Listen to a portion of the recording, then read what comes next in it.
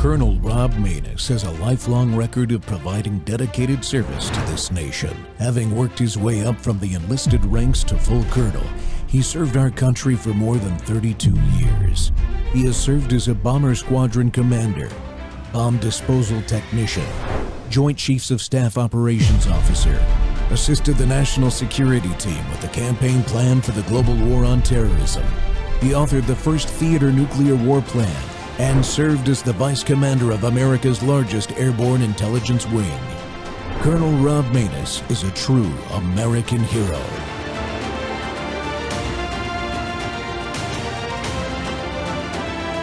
This is Rob Maness Live.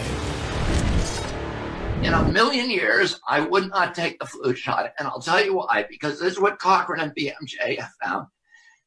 People who take the flu shot are protected against that strain of flu.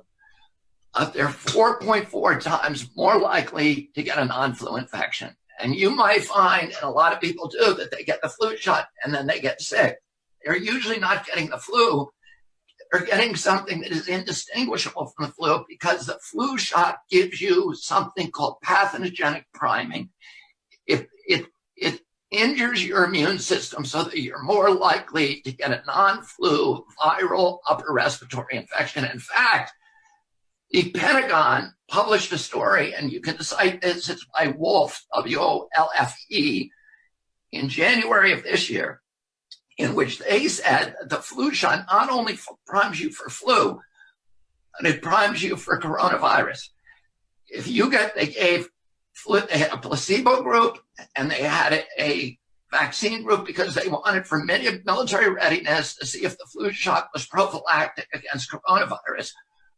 What they found is actually the people who got the flu shot were 36% more likely to get coronavirus. And that's not a lone study.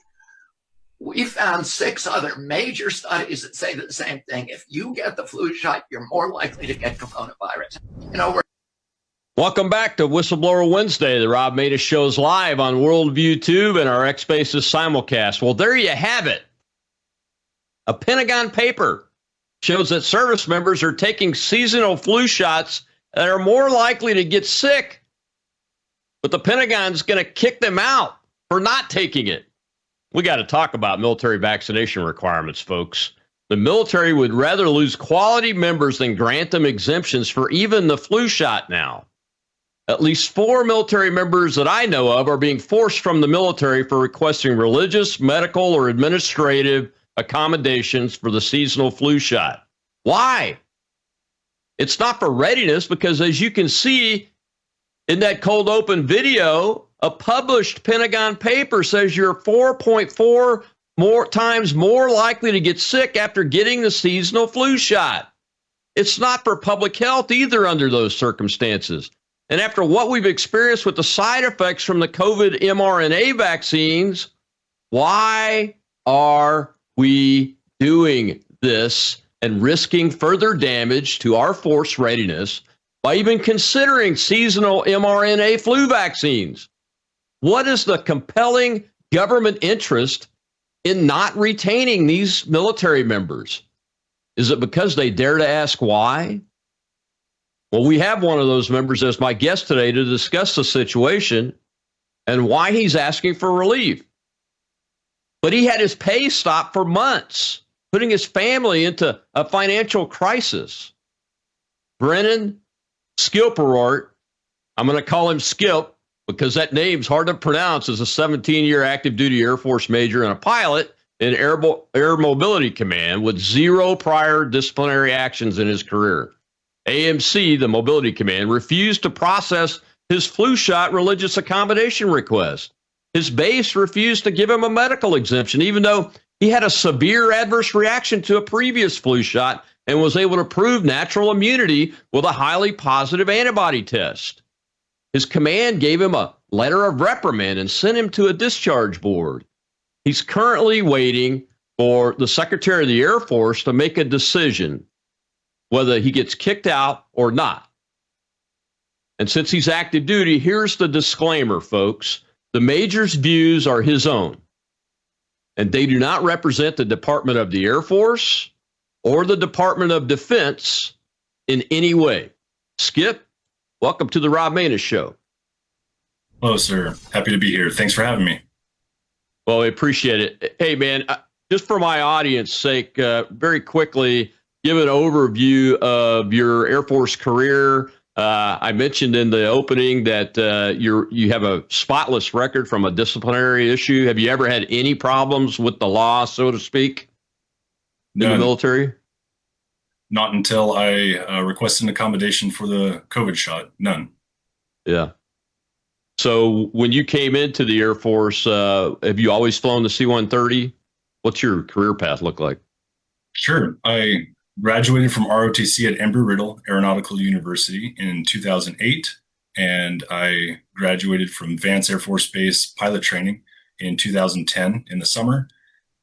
Just due to the sensitive nature of my next assignment, I'm just going to gloss over it and say I did intel, surveillance, and reconnaissance for 4 years. It was highly rewarding, very, very intense, very exciting career. But at that time, the Air Force had promised those of us who had previously gone through UPT in a pilot capacity and not done the truncated RPA or remotely piloted aircraft training, that they would offer us a cockpit slot if we so wanted it. And at the end of my 4 years, I said, thanks, this has been great, but I'd like to get back in the cockpit. So I selected, got C-130s, and have been flying C-130J aircraft since 2015.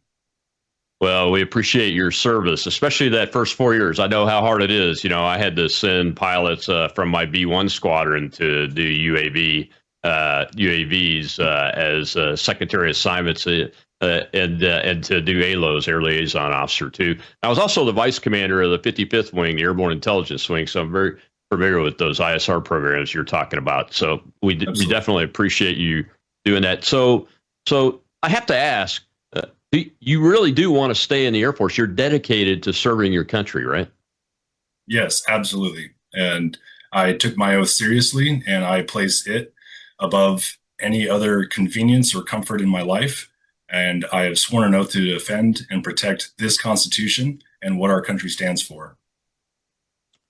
Yeah, and you mentioned in your bio that you sent me that you've flying the 130, you've gotten to go around the world. I know that feeling, but more importantly, experiencing humanity all over the world and in our own country has given you a slightly different perspective. How does that perspective help you with what you're dealing with right now? It absolutely makes me more grateful for our country. I've been all over Latin America. I've seen Europe, parts of Asia, almost every continent except for Antarctica, still on the bucket list. But the more I travel, the more I realize that the freedoms that we're accorded and given by right of birth and protected by our Constitution do not exist in other countries. My wife's Canadian, and they don't have the same free speech protections that we have. Think of the trucker protest, where they had their bank accounts frozen. We have a level of freedom and autonomy in this country that is sacred, and the rest of the world looks on with envy. Not perfect, but this is an amazing country, and I would give my life for her. Yeah, I know the feeling. I still would. I've been out for, since late 2011 now, and I would do it again in a heartbeat. All they have to do is call, you know. Well, before we get into the flu stuff, though, I want to talk about your experience with the COVID vaccine mandate, if you don't mind, and just talk through what you did there, because I think it's relevant to where we're at today. When the COVID mandate got implemented and was being what Pete Hegseth now says unlawfully implemented, what did you do from the perspective of whether you thought you should take that shot or not? Sure. When the mandate came out in the late summer of 2021 from Secretary Austin, at that time, I was unaware that there were no fully FDA approved shots available to the U.S. military or the rest of our country. So I didn't know the illegality of the mandate. So I applied for a religious exemption. I had asked my medical team, and if at any point, if I'm rambling on, just feel free to interrupt. But if I go too long, I asked my medical team because I'd had previous adverse reactions to shots. My wife and I have a gene deficiency, which I won't go into, but it's contraindicated with shots, and it caused a host of miscarriages before we had our first son. And so I was very concerned about taking this still experimental vaccine. And the only way that, since my medical exemption was refused, they wouldn't even consider it for COVID. And I didn't know about the illegality. All I could do was apply for a religious exemption. I knew that at that time that there was aborted fetal tissue, despite all the reporting. Again, Pfizer lied. And I had a host of concerns. So we applied for that. That went through the wickets. And that was finally denied in the late spring, early summer of 2022. During that time, I learned about the illegality of the mandate. And I specifically asked my commander for I brought up that, sir, the president has not waived informed consent. By the way, the president waiving informed consent does not mean you can force emergency use authorization vaccines on military members. It just removes the requirement of the government to give them informed consent before they administer the product. So even with the president waiving informed consent, you are still not allowed to mandate non-approved products on military. He said, yes, I have seen that memo, but no, you can't see it. So fast forward, we became an adjoining plaintiff. My wife and I became adjoining plaintiffs in the Doster versus Kendall lawsuit, and we won the preliminary injunction against the Air Force in the summer of 2022. Was that the case out of Wright-Patterson Air Force Base in Ohio? Yeah, it was. Yes. I wanted to ask you about that because you're the first person I've been able to interview that was involved in that case. Were you aware of the deposition evidence that talked about the Secretary of Air Force Kendall at the time, which is why it's Doster v. Kendall, giving a direct order to the Corona Conference, which is all the generals coming together after he kicked out the staff, that there will be no religious exemptions? Are you aware of that evidence? I am aware, yes. Yeah. And multiple whistleblower testimony. I assume you considered it credible. I do. It was part of the lawsuit, and the whistleblower testimony contained therein. I also thought incredibly shocking was the Air Force lawyers' response that they were going to continue to do what they thought was necessary until the court stopped them. I believe the entire audience in the room gasped. Wow. Without regard for the potential side effects, adverse reactions, effect on the readiness of the force, any of that? Apparently not. And by that point in early 2022, there was a very large danger signal, not only in VAERS, but also in DMED. And that's been covered multiple times by other whistleblower service members. Yeah, I've had Ted Macy and even Mark Bashaw on, and I'm a close follower of Dr. Teresa Long, the Army flight surgeon, and everything. Although I still hope to interview her at some point, but I think she stayed on active duty, so we have scheduling problems. But that's what I'm talking about, Skip. And since you're a pilot, hanging out with the crew force and those kind of things, what were folks talking about then when that information came out, and what do they continue to talk about that fly airplanes for the United States Armed Forces? Sure. What are you guys talking about? My unit alone was very concerned about taking it, and there were about 50 of us in our unit of just under 200, so almost a quarter, that had informed our commands that we did not want to take it. Initially, our enlisted members were offered early separation, and then when over 40 of them said, "Yeah, we want out, we don't want to take this," they withdrew that and said, "Nope, sorry, you either take it or you're going to get an Article 15. I know multiple pilots that had injuries from it. A lot of them had brain fog after they took it when they were especially at altitude, because we do airdrop and we fly unpressurized often, especially when unpressurized. Some of my coworkers stated that they had a pretty severe brain fog. So it's very concerning. Any declared in-flight emergencies because of it that you're aware of? Not from my coworkers. I heard some stories, but they were secondhand through other circles. not personally. Yeah, that's one of the things I'm concerned about, and I keep talking about it, but I don't see any evidence that anybody in the Department of Defense has started a serious investigation, and that is over 95% of the force took this shot.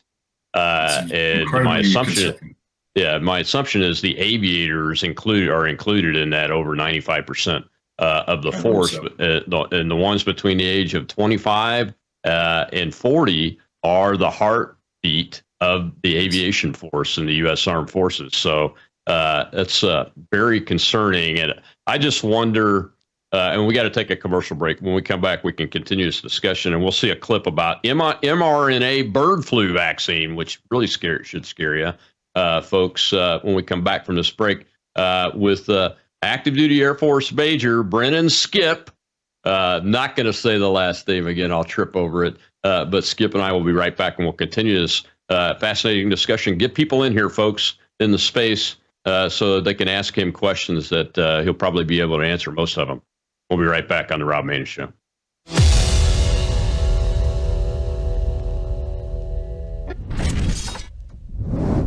Hello, I'm Brandon House. Would you like to gain access to over 20 years of my radio shows, TV shows, my books? I've written 15 books, and most of those books are ebooks now, and we have conference DVDs, conferences where we filmed our conferences at the Ozarks, literally starting 20 years ago. It's all available in our archived vault. All you have to do is go to worldviewtube.com/vault, worldviewtube.com/vault, and for a reasonable monthly fee, you gain access to over 20 years of Christian worldview programming, news, information, books, documentaries, and a powerful search engine.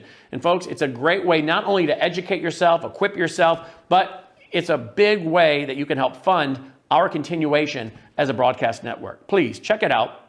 worldviewtube.com/vault, worldviewtube.com/vault, and help us continue pushing out a Christian worldview.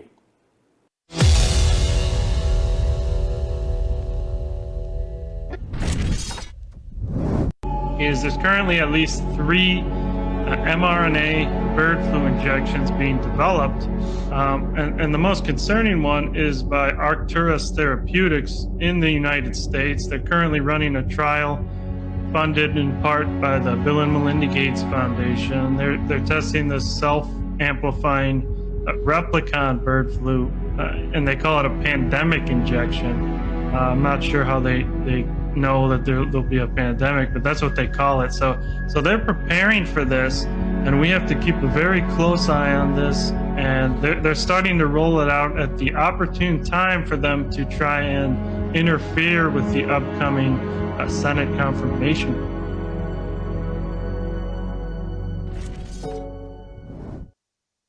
Welcome back to the Rob Maness Show. It's Whistleblower Wednesday, and I can't believe we still have to be talking about saving our military service members from the crushing blows of the Department of Defense and their military services about vaccines. Did we not learn anything? Even the Secretary of Defense has said the COVID vaccine mandate was unlawfully implemented, and something happened during all of that noise around the COVID vaccine, and now commanders are ordering people to take flu vaccines. And one of those individuals is an active duty Air Force Major. Skip is with me today. He's a C-130 pilot, has 17 years in the military, never a blemish on his record, but now has been given a letter of reprimand, has had his pay stopped for several months. I think that's been restarted now. And Skip, welcome back to the show. You know, in the information that you sent me in our discussions before we came on and my research, you mentioned something about learning about immoral issues surrounding the flu shot that led you to take some of the actions that you've taken and make some of the requests you've made. What were those moral issues that you've learned about? Yes, thanks so much for asking, because a lot of people don't consider this aspect. The same companies that are doing testing on aborted fetal tissue and have other highly unethical practices, as I found during my research looking into the COVID vaccines or shots, because they're not vaccines, they don't prevent or don't prevent transmission or contraction of the virus, nor hospitalization. The FDA, CDC has sponsored a lot of unethical studies, including studies on mentally handicapped children and also medical studies in prisons. And that's besides the testing on aborted fetal tissue. Those same companies that are producing other shots are companies that don't have morals for which I can be a part. I like to tell it this way. If you and your family had given to a charity for the past 10 years and you realize that the entire top staff of that charity engaged in human trafficking, would you continue to donate to that charity? The answer is no, absolutely not. So regardless of all the poisons and the other toxins that get put into shots, including thimerosal, the mercury, preservatives, etc., we have a moral obligation by our religious conviction not to be a part and take these shots from these companies. Yeah, you're absolutely right. I'm glad that you mentioned that, because I think that's like you said, it's a very important issue. Now, as I did my research for this particular show, I had heard there was mRNA vaccines on the flu shots coming. Yes. But I think they're actually already here in some places because the studies are being done. So people are being injected with them through adverse reaction studies, at least the testing and those kind of things at this point. So they're closer than I thought they were. Is that accurate from your understanding? From everything we can find, yes. We've found the news articles about those studies, and it's incredibly concerning because mRNA has been proven, as Dr. McCullough has shown, especially in the study from Sweden that came out in the past few weeks. It does, in fact, alter your genes. It does, in fact, those particles do enter the nucleus of your cells, and they do modify your DNA. Yeah, I'll tell you what, I'm extremely concerned. I wasn't aware of it when I volunteered to take the first shot, or the Moderna shot, early as a volunteer for the trials and everything, and wasn't aware of the issues. And my wife's a breast cancer survivor, and she ended up taking it about 6 months after I did because I had no side effects. But I think I'm unusual in that category. But then that's about right after she took it is when all the information started exploding about this issue and things like turbo cancer and everything. So I'm very concerned. And I think you guys that have been able to find the courage to stand up on active duty are doing the right thing. That's why I support you. The flu shot itself, look, I was a commander, Skip, I was a commander as a flight commander in a flying squadron. I was a squadron commander in a combat flying squadron. I was a vice wing commander in the Air Force's only airborne intelligence wing that operations around the world. And not one time did I give a written or verbal order that you will take the flu shot. It was always hey, we'd like you to take the flu shot. It helps keep the spread down, and it helps keep us from having too many DNFs, those kind of things. But never once was I asked, or did I even think to give an order to make somebody take that stuff, because I knew it was about their own human decisions, and it was something that was provided because our medical care is provided for us in the military. When did that change, and what was the change? Was it overt? Sure. There's some previous study I did that when the flu shot was first introduced to the military, it was mandated, but they found that this is back in the late 40s, early 50s, that there was a waning effect. And further study revealed that the flu was mutating so quickly that the previous year's so-called vaccine was no longer effective. And so the mandate was actually dropped. Further research and study was done, and they decided, well, we're going to continue, we're going to renew it every year, basically. And so the mandate was turned back on. People I've talked to, even some of the really diehard COVID adherents who thought the shots were our savior, have said, but why are you guys getting kicked out over the flu shot? Everyone knows it's not effective. And it's even on the best year, it's 40% effective at preventing that year's strain. But as you brought up in your intro, recent studies have shown you're up to 25% more likely to get the flu, not just other respiratory viruses, but the flu from this past year's flu shot. Yeah, that study that I mentioned, I love doing these shows because when I do the research, I always learn something new. And I wasn't aware of that Pentagon study that Kennedy talked about in the opening video, and that surprised me that the flu shot, or the seasonal flu shot, to increase by over 4 times the likelihood you're going to get an upper respiratory infection of some kind. I mean, why would you put that into our aviators? That's the thing that deniffs people the most. Deniff is duties not to include flying, folks.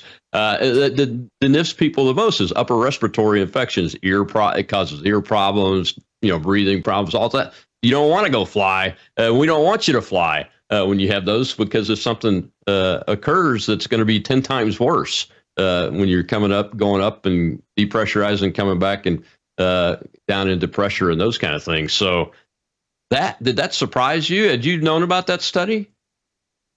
The one in the opening, I had not. That was the first that I had encountered that. The study I was referring to came out from Children's Health Defense, Kennedy's organization, actually. And they took a study that was done. Hopefully the Colonel. There we go. Go ahead, Skip. That was a study that was done by another organization, and Children's Health Defense republished it. But those things together just prove that you are increasing risk to force by forcing service members to get these products. And up until COVID, I've talked to multiple lawyers and chaplains, the honest and good ones. Mm-hmm. Religious and medical accommodations for the flu shot were granted in sufficient numbers. But since COVID, there's been a huge crackdown. Previously, the benchmark, as published in the military's own regulations, and I looked at the Navy's, the Army's, the Air Force's own pubs on this, 90% uptake was the benchmark.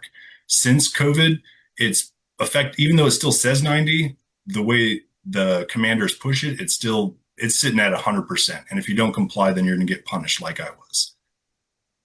So going back to the Doster v. Kendall case and that evidence that we talked about, has anybody ever been held accountable by following that order, which I think is illegal, from the Secretary of the Air Force, saying there will be no religious exemptions approved? As far as I know, no.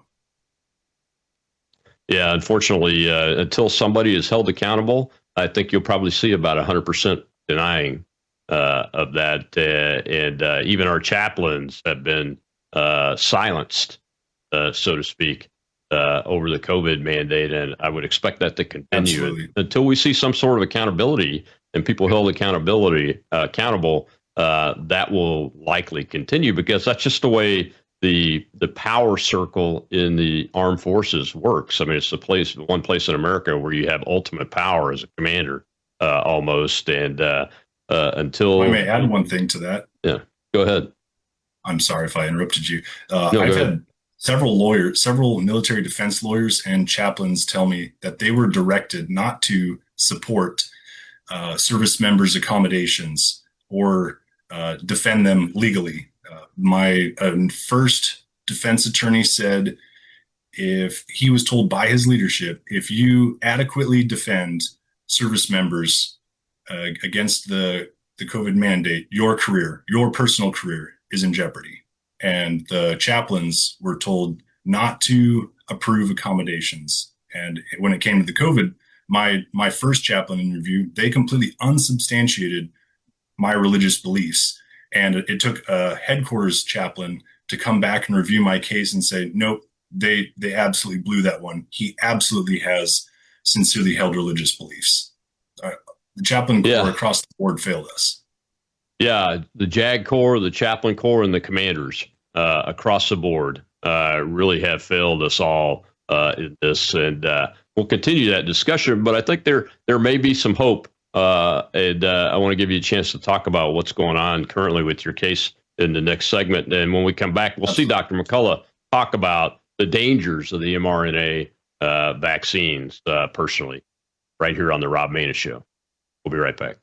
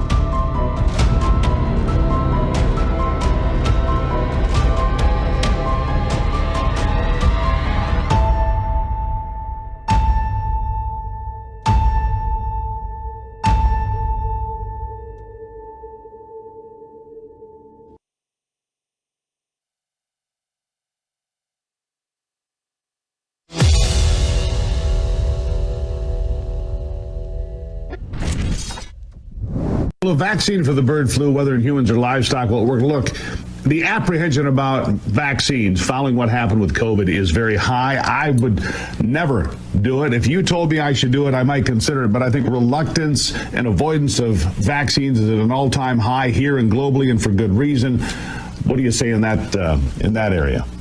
There's a piece out in British Medical Journal saying vaccinating the birds and the poultry will make it worse. It's a disaster. The virus will become stronger and more resistant to vaccine immunity in humans. So far, the CSL Seqirus vaccine actually caused human death in normal volunteer trials. It looks dangerous, and even worse on the horizon is the Moderna messenger RNA bird flu human vaccine, or the CEPI self-replicating messenger RNA vaccines.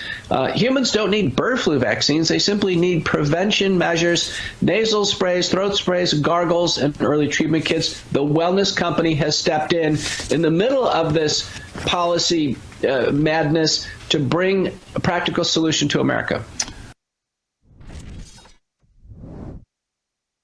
Welcome back to the Rob Maness Show. It's Whistleblower Wednesday, and we're talking to the active duty Air Force Major C-130 pilot Skip that is in the midst of going through a process that might ultimately lead to his involuntary discharge. His package, from my understanding, is at the Secretary of the Air Force's level for a decision, and hopefully the Secretary of the Air Force, the new one that President Trump has appointed, will be able to see through a very clear lens that's not clouded by having had to participate in all of this up to this point. And Skip, welcome back. Look, one of the things that you asked for was not just a religious accommodation, but a medical accommodation too. And it sounds like you had a pretty good case. Tell us about that. Sure. In a previous year, I had taken the flu shot, and immediately, talking the next day, I was bedridden for almost 3 days. I did not get out of bed except to use the restroom and to grab light meals. And that was it. That's how sick I was. The sickest I've ever been in my entire life. When I spoke to the medical personnel at my base, they said, unless you've had an anaphylactic reaction. And I said, hold on, wait 1 sec. This was a phone conversation. So you're saying, unless I almost died, you're not willing to consider a medical exemption for a product that put me down for 3 days? And the chief medical officer at our base said, yes, that's correct. So they didn't even consider me for a medical exemption, despite the fact that that year, 2023, I was able to prove with a high antibody test that I had more than a robust reaction to the flu. It was subclinical, didn't even lose a day of work that year, but I already had the flu, and so I had natural immunity. Wow. So just for folks at home, what does anaphylactic reaction mean? So that is a swelling of your pharynx, your air passageway. Basically, you can't breathe. Wow. That's pretty long ways towards losing your life to have to get the opportunity to have a medical exemption for a seasonal flu shot. Right. And the more I hear about this. I'll be honest, folks. It pisses me off. The story does anyway. But I'm really disappointed in the current leadership in the Department of Defense that hasn't grasped hold of all these cases and said these are coming into a special office for adjudication right now, because what was done previously, and this is retired Colonel Rob Maness saying it's not the major, okay, and I don't speak for the Air Force or the Department of Defense either, but folks that are in leadership up there, if you hear this, pull these cases into a special adjudicating office right now at the Secretary of Defense level and get these things adjudicated in a way that provides justice and relief for these individuals, because they are being abused and their families are being abused by this system that continues to run seemingly on autopilot. That's the end of my rant there, Skip. And tell folks where your package is at today. I mentioned it in my opening of the segment and in the cold open a little bit, but what's the status? Sure. And backing up just a touch, alongside that same time frame, November of 23, when I requested my medical exemption, a buddy of mine, also in the Doster versus Kendall plaintiff list, got his medical waiver for the flu shot granted just for headaches. Yeah, it was causing him headaches over the past few years, and they granted his, but not mine. So medical exemption exhausted. I tried for a religious exemption for the 2023-2024 flu season. My commander never responded to that, ignored it, and gave me a letter of reprimand. I then submitted Inspector General complaints, equal opportunity complaints, a congressional, and I even served my entire chain of command an affidavit. All of those were ignored. Within 7 days of filing the congressional complaint, I was recommended for discharge. They sent me to a discharge board, October of 24. The board voted to discharge me for failing to obey a lawful order, but voted to discharge me honorably. I don't know how you can discharge someone for failing to obey a lawful order, but still give them an honorable. Anyway, while that packet was en route to the Secretary of Defense, and my lawyer and I rebutted it, there was a lot of hearsay and apparent false testimony during the board against me. I submitted multiple new Inspector General and equal opportunity complaints. Fast forward to March of this year, a mid-level general removed my pay with only 2.5 business days notice and placed me on involuntary excess leave and shut off all my pay and allowance. And that is while my case is still in appeal. At that time in March, my case hadn't even made it to the Secretary of the Air Force, and I just got word about 2 weeks ago that my packet now has made it, and it's being deliberated upon right now. Well, it's a long path, which makes me puzzled. The putting you in an excess leave status and no pay with 2.5 days notice. What level? Do you know what level this general was at in the command chain? Was it a numbered Air Force, Major Command? It was a 2-star level, the numbered. I won't mention it just because I don't want. I'm just trying to mention facts here. But my lawyer and lawyers I've spoken to have said that they have not seen action such as this taken against an officer unless the officer is already incarcerated or they are a convicted felon and a violent criminal. So far, no one has ever seen this happen. Yeah, the only time I've ever seen it is when I took command of a squad and I inherited a convicted officer that was in prison serving his sentence. So we inherited him, and that's where I've seen it done with. That's the extent of it. So, I mean, it's very unusual. That's why I asked exactly what level in the chain of command this general was, because probably for a major, I would think the first general officer in the chain of command would have to be it to make that kind of call. But that means the wing commander pushed that up there and took the squadron commander's recommendations or changed their recommendations. One of the two. Do you get copies of all that paperwork? The only paperwork that I had copies of in that regard was the initiation of my discharge. After that, and after my packet went on to the Secretary of Defense, they I was told I have to FOIA it or do a Freedom of Information Act request just to see the paperwork. That's very interesting. We've got some questions from our live audience. We'll go ahead and take one of those real quick before we end this segment. Go ahead, Shell is our host over there. What's the question? We have Cookie, sir. Good afternoon. Thank you both for your service. Question I had is, when they are looking at your religious exemption or exception, how do they measure to tell you whether you can get one or not get one? I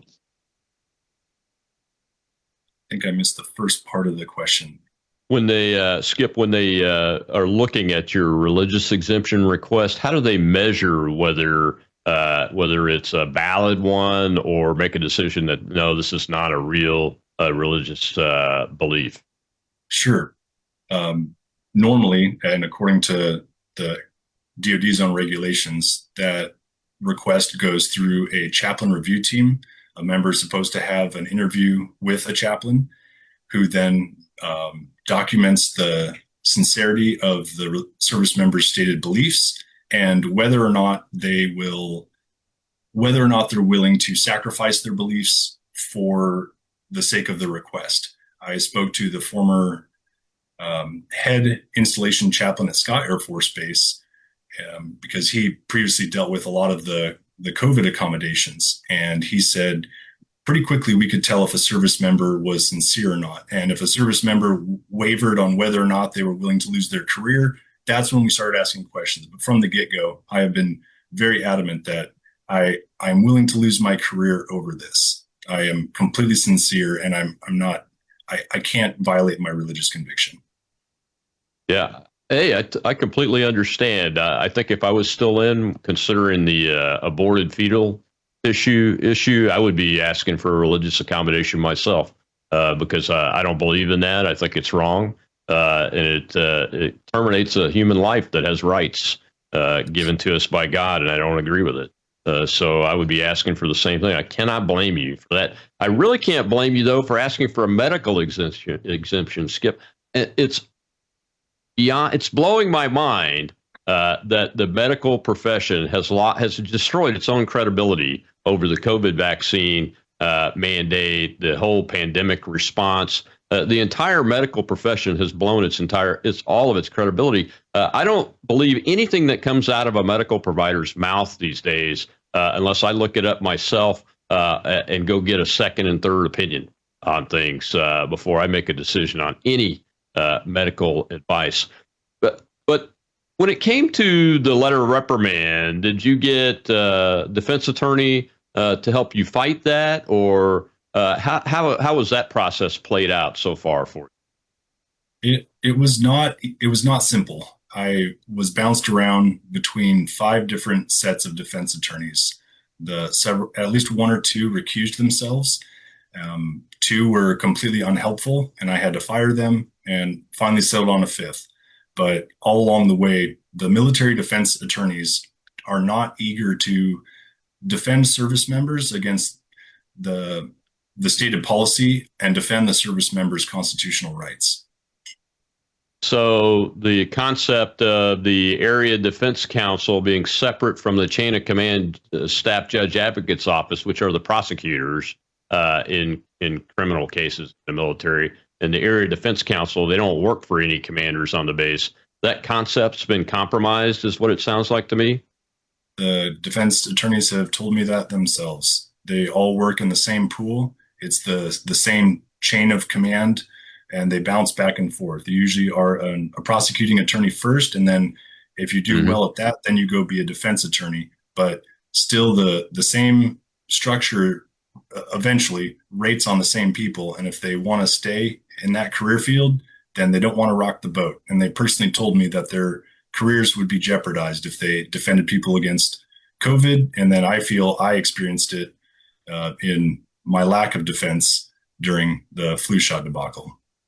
Yeah, I think that's why you saw President Trump and the new chairman of the Joint Chiefs fire all of the service JAG leadership, top I leaders. wondered about that. When they came in. I believe that's why you saw that, because I've talked to and interviewed JAGs that had to leave the service or were oppressed under this system that's come up post-COVID, during COVID and post-COVID, and that stovepipe between defense counsel and prosecuting has been totally compromised, it sounds like, and what you're telling me confirms what I already had heard. Well, we got to take one more break. When we come back, we'll hear from, I think, your attorney, Davis Schounts, about constitutional issues, and I want to talk to you, get your perspective on this as a constitutional rights issue, and that's what we're really talking about here, folks. I'll be right back with active duty Air Force Major and C-130 pilot Skip talking about his case pending Secretary of the Air Force decision on whether he's involuntarily discharged or not. We'll be right back.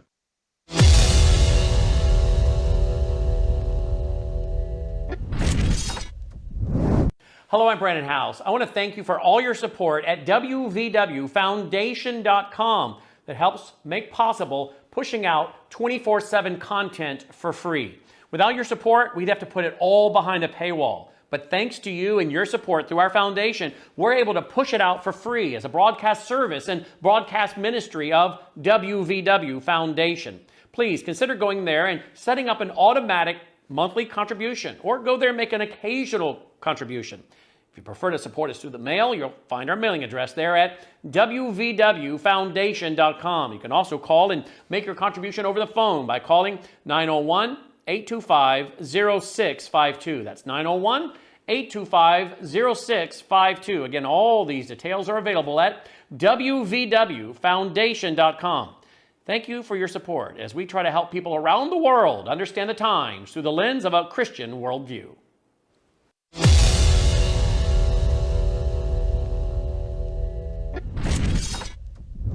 Constitution matters more than what some expert calls a crisis. It feels great, and it has been good to have the president say, to have the Secretary of Defense say this was unfair and unjust, which is very helpful language. But to actually acknowledge, like a federal court has and other federal courts will, this was unlawful, to get out ahead of that and do this right and not be overly concerned about the ramifications, we can address those, would do a lot. It would do a lot for good order and discipline. It would do a lot to restore integrity.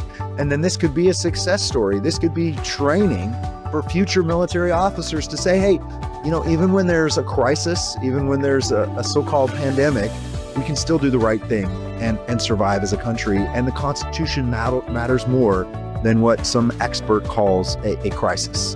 Yeah.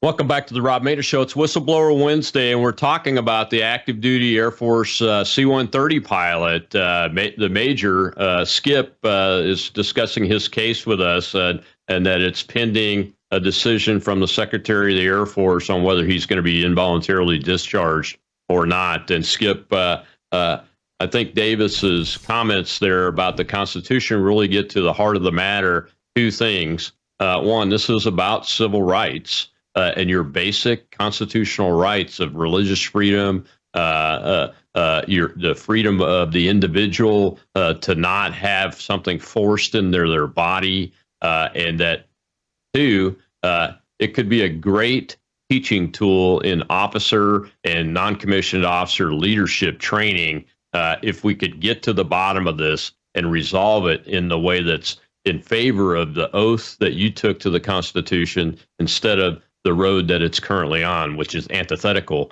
to your rights and to the Constitution itself. Your thoughts? Yes, I'm really grateful that you brought that up about officer training. I've talked to many people in my circles, and even just thinking back to my own training as officers, even enlisted, but especially as officers who are charged with leading the force, we do not receive training on the Constitution other than a few days in our ROTC or academy classes, and we don't see the Constitution again until our third level, basically the 15-year mark of our military service, which is our third level of professional military education. At that point, that's most of the time the first exposure that us as officers have had to the Constitution, this thing we've sworn an oath to support and defend with our lives. And that's a major foul. If we are swearing an oath to it, then we need to have adequate training on it, and also the UCMJ, on what is a lawful order, what is an unlawful order, when can you not make an order or give an order to someone, and you need to understand, are their rights being violated? What does the Constitution say? Can I violate their personal security? Can I force them to take a medical product? Regardless of whether or not the medical product is effective or not, regardless of whether or not it has full FDA approval, are you allowed to violate someone's rights to refuse medical treatment? So far, the Constitution says no. Yeah, it's. I think it's one of the most important points of this whole debate and this whole process that needs to be borne out and told the truth about. I wanted to ask you.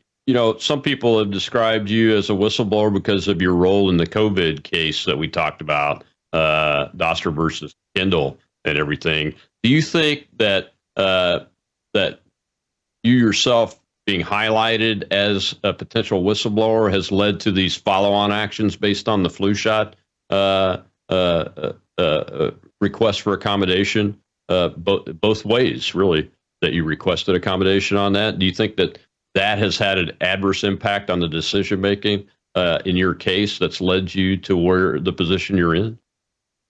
I have no concrete proof of that. However, it does feel like that, especially since I was recommended for discharge after my third protected communication, which was my congressional inquiry that I filed.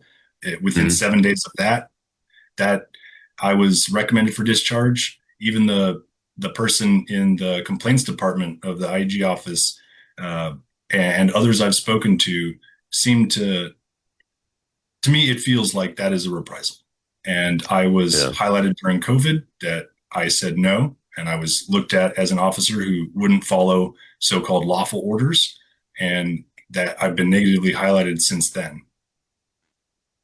Yeah, and let's be clear. The order turned out to not be lawful because of the lack of the FDA-approved vaccine. Even then it was unlawfully implemented by all of these people that are in these chains of command that are making the decisions on that. So, a lot of things beyond your control. The only thing in your control, Skip, is to maintain your oath. I posture that you have maintained your oath, and I appreciate you for that. And I think every officer that comes after you in all the services, eventually the truth will be nailed down, accountability will be had at some level, and the right things will be taught. In this case, will be one of them. I think that will be taught as to how not to approach taking care of your people, and how not to approach violating your oath to support and defend the Constitution of the United States. Let's talk about your family for a second. You lost your paycheck with 2.5 days notice. And yes, you've gotten it back, but aren't there issues with the return of pay? Yes, I'll be delicate here as I share the details, but we had a little bit of personal leave saved up right when that happened. So I was authorized to take that personal leave in order to get a paycheck at the end of March and early April. But when that expired, my pay did stop. And I have since, even after my pay was turned back on last week, I've requested back pay, but I was told I have to petition the Board of Corrections for Military Records in order to seek that restitution. The back pay that I lost was, and the leave that I lost during that time is not automatic. Wow. Has your family have you guys been able to support your family's finances since all this happened? Well, it was kind of a perfect storm. My wife lost the contract that she had as an exceptional family member provider in the Air Force, and she was without income at the same time I was. We had to borrow money from family for car repairs, and we had 2 major home repairs that we had to take care of. So it completely ate through our savings. We've survived based solely on the generosity of friends, family, and strangers. We were able to make ends meet, but it has been a very difficult and stressful time. I won't lie. Yeah. God has a habit of finding a way, even at the most terrible of times, my friend. Speaking of support, though, has there been, I know there's been a lot of outreach of support. You just mentioned it, but having witnessed that and participated in that and received that support, how has that community response inspired you to keep going? I would say even equally with any monetary donation people have given us, and my wife and I have prayed for every single donor, including the anonymous ones. The comment section has been what's kept us afloat. So many people have shared their personal stories on our page. People have talked about the anthrax debacle and the illegality and unlawful nature of the anthrax mandate. People have reached out and said that they were injured by the flu shot or injured by the COVID shot. And so many people have said, we applaud you for what you're doing. We know it's extremely difficult, but you're doing the right thing. God bless you. Well, that's fantastic. As you've thought through this process and you're continuing to go through it, do you have a message that you give to folks that you've run into and become friends with or acquaintances with that are going through similar challenges and facing this kind of thing? What kind of message and advice do you give them? A friend of mine, Commander Rob Green Jr., wrote a book called Defending the Constitution Behind Enemy Lines. I believe you've already read it, but he quotes me on page 157. Ever. Go ahead. He quotes me on page 157, and a mantra that I've chosen to live by and I pass along to others is, if you keep saying yes when you shouldn't, you won't be able to say no when you should. So stand up early, stand up for what is right, and don't back down. It's hard, but the longer you stand, the easier it becomes, and the more that will join you. Yeah, I mean, the news just broke today, and Rob broke it, that he's been formally told that he's now under investigation 4 years into this. And I've had him on my show a couple of times, and we've talked about his book. And I think his book was the inspiration for a lot of people to really keep going and stay in the fight because it's a righteous fight. It's the right one.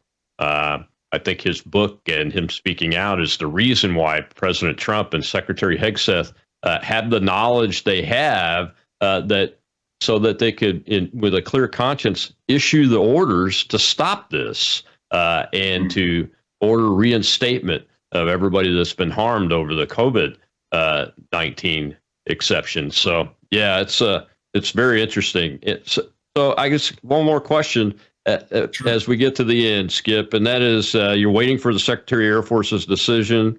I know that you want to stay in the military and everything, but will you continue, regardless of the outcome of this, advocating for service members' rights or constitutional rights and advocating for accountability for senior officers and senior NCOs that have said yes too often, as Rob said, and weren't able to say no when it counted?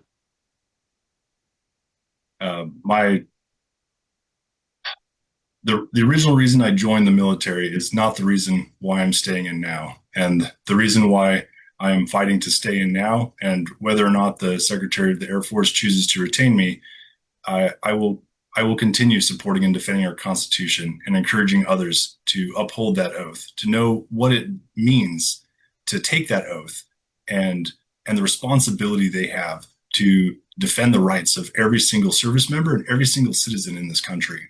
So I don't plan on stopping that anytime soon. Well, fantastic, my friend. Thank you so much for coming on and sharing your story with us. I know you've shared it far and wide with a lot of independent media, but I really wanted to get you in here and get this documented and everything. Tell folks how they can find you and support you guys, if that's still out there, before we get to the end here. You got about 20 seconds. Sure. I don't have any social media. If you search Gateway Pundit and our last name, spelled SCHILPEROORT, you will be able to find 2 articles by J.M. Phelps. And the most recent one has a link to our story that my wife put up. Well, thank you very much, Skip. And God bless you. We're praying for you. Pray for the Secretary of the Air Force that he makes the right decision, which is to keep this man in the United States Air Force. Make him a commander, Mr. Secretary, because you need commanders with honor and ethics to replace the ones that are going to have to be relieved and taken out, let go from the service because they have made the wrong decision over and over. Tomorrow, we will have CW3, Brandon Budge, U.S. Army helicopter pilot, and believe it or not, he's still facing discharge over the COVID-19 mandate. Come on, Secretary Hegseth, you got to get these cases into a special office and get them fixed. I'll see you then. It'll be Truth Thursday.